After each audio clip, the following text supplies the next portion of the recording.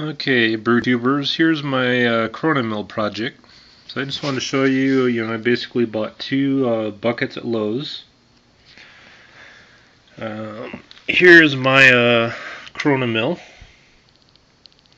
So what I did is I just found a scrap piece of wood laying around that fit into here. I measured that and then basically cut out grooves in the bucket for it to sit in. So you can see I have the grooves there. So basically this just sits right inside there, which I'll show you in a minute.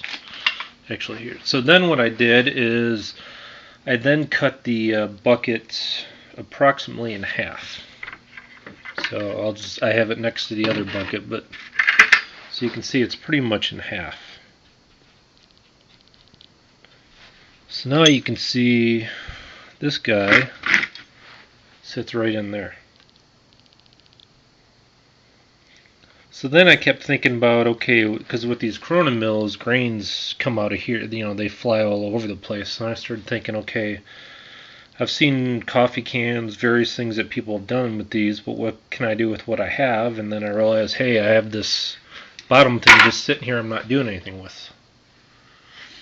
So what I did was I cut a groove on here. And basically the groove, I did that so it fits around this part. And then I cut a hole in the bottom here.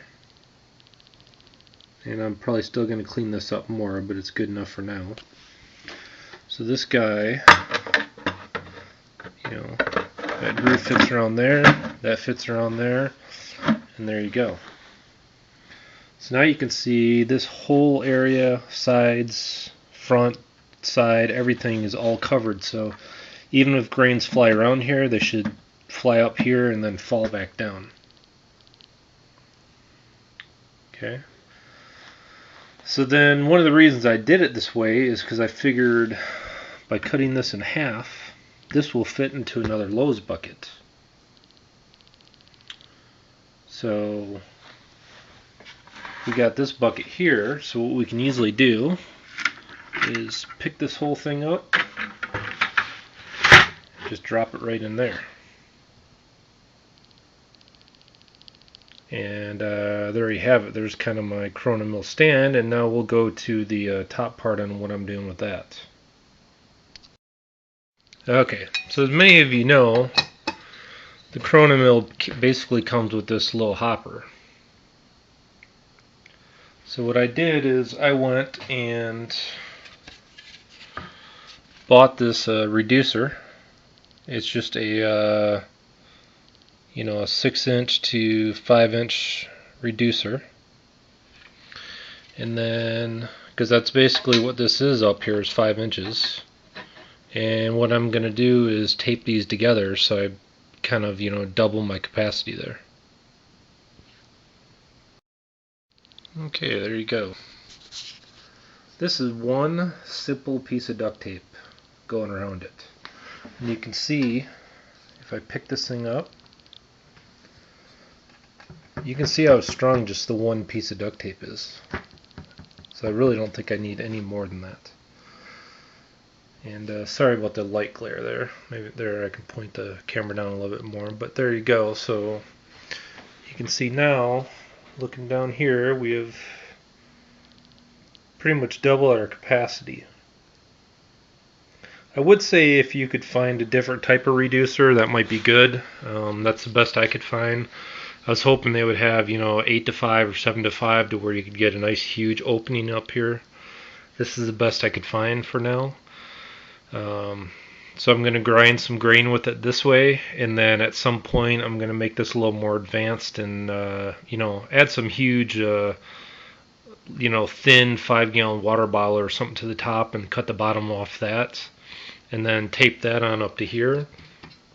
And then that all by itself should be able to handle, probably, I'm sure it would hold a good 10 to 15 pounds of grain that way. Now, the number 2 upgrade I did this is what you see right here. Okay.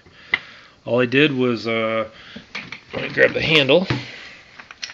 So you got the handle here. So all I did was take the handle off. I believe this was an 8mm bolt. I just bought one of those. It screws right into here. And then, alright, I lost my other attachments. Ah, here it is. Alright. And then the other end of this end is basically just a 1/2 inch.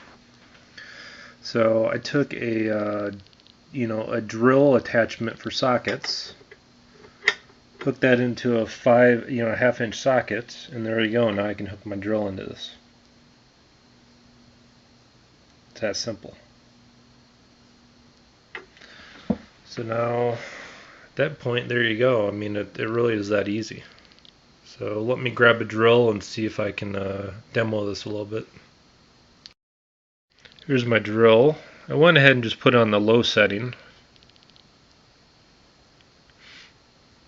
And just want to show you how, easily hooks into here. And let's go ahead and watch down here as we turn.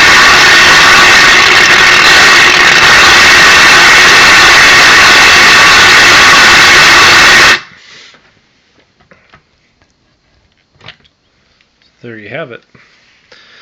Now, a couple things I may or may not do. I'll see how this goes when I'm doing grain. This still kind of rocks a little bit. One thing I haven't done is secured this in any way, or this guy. So I'm thinking what I may or may not do, I haven't decided yet, is maybe I could figure out some sort of attachment for this to the piece of wood so it's a solid piece. Maybe I could put some kind of wing nut on there to attach it on, but for now this is good.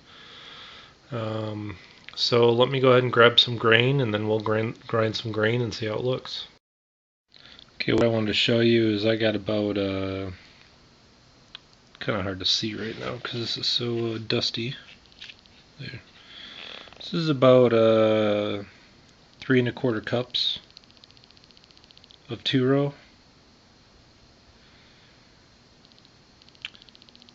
Came out of that big 50-pound bag I have there. So we're going to go ahead and dump this in.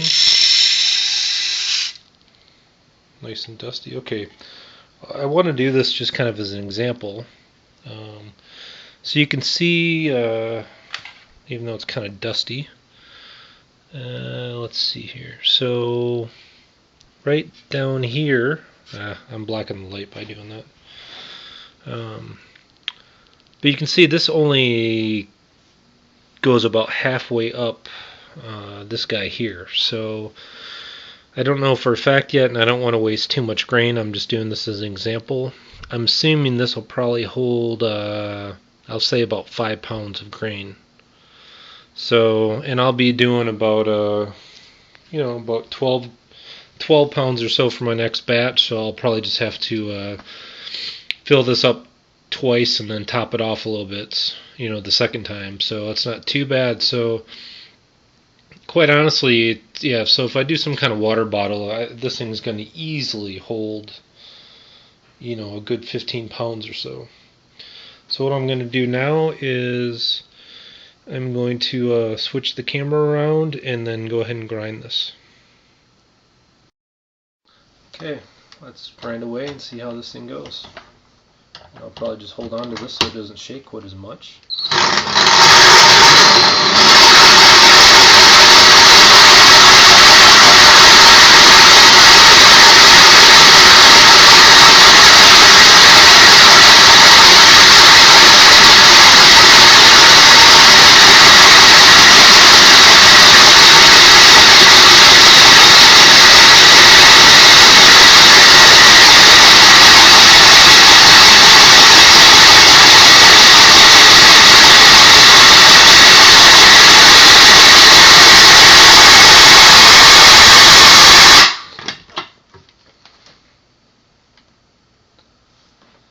Okay, so you can see that only took about 30 seconds or so to do that.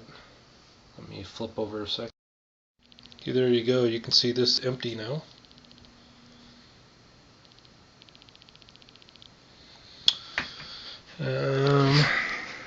it didn't make too much of a mess. It does look like maybe it wouldn't hurt to seal up these areas just a little bit better, but it's not too bad. So I'm guessing I can just lift this whole thing like this, just kind of dump it in, move it over here. So I mean, you can see how easy it is to pull off.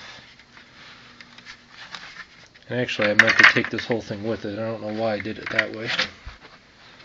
Let's do this again, so we don't bend the bucket too much. So, okay, there you have it. See if I can get some better light on this. So there's basically 1 pound of grain. Let me see if I can pull some of this out to where you can see it. See if we can get to focus. You can see it does a pretty good job. As I'm looking through this, I really don't see any grains so far that aren't cracked open. So all in all, I mean, it did a pretty good job.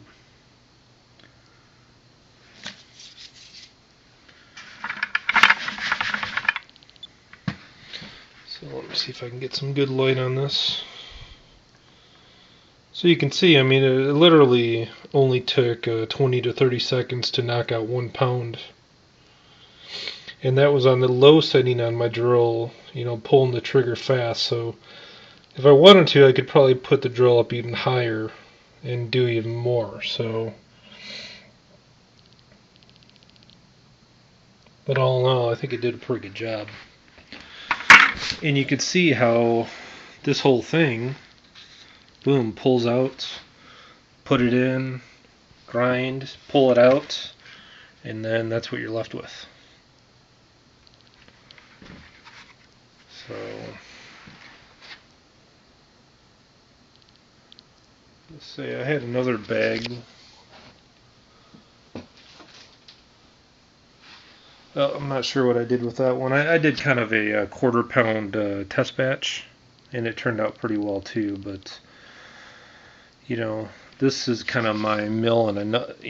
This thing in a nutshell. So again, I'll show you. Basically, just pick this up,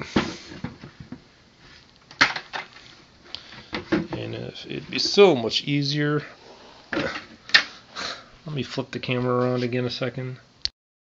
Alright, I went ahead and just threw this up on top of another bucket, and I did find the other grain I did before, so I'll dump it in with this batch, and then I'll put it all in the Ziploc bag and save it for my brewing I'm going to do, because I'm sure it'll keep just fine for the next 3 or 4 days this way. But so basically, once again, I just take this whole unit, slap into a pail. Go ahead and get rid of this other bucket now below it. I just wanted to show that for demo. There you go. There's my Corona mill project. It's very simple, very cheap. I ran this through in other videos, but I'll do it again for you guys. These buckets, I think they're $2.75 each at Lowe's, and I used 2 of them. This bolt, very cheap. You can pick them up probably for $1/4 or less, and I think I had one just laying around my house I found. Corona mill itself, I got it for $26, and I do Amazon Prime, so I got free 2-day shipping. This reducer was the more expensive part. It was a little over $7. But I'll go ahead and tally all this up on this video and throw it up on the screen right now. But I just want to show you guys that's my nice and simple Corona mill project for milling. Someday I'll upgrade to something a little nicer, but if you want something cheap and easy to use, this is it.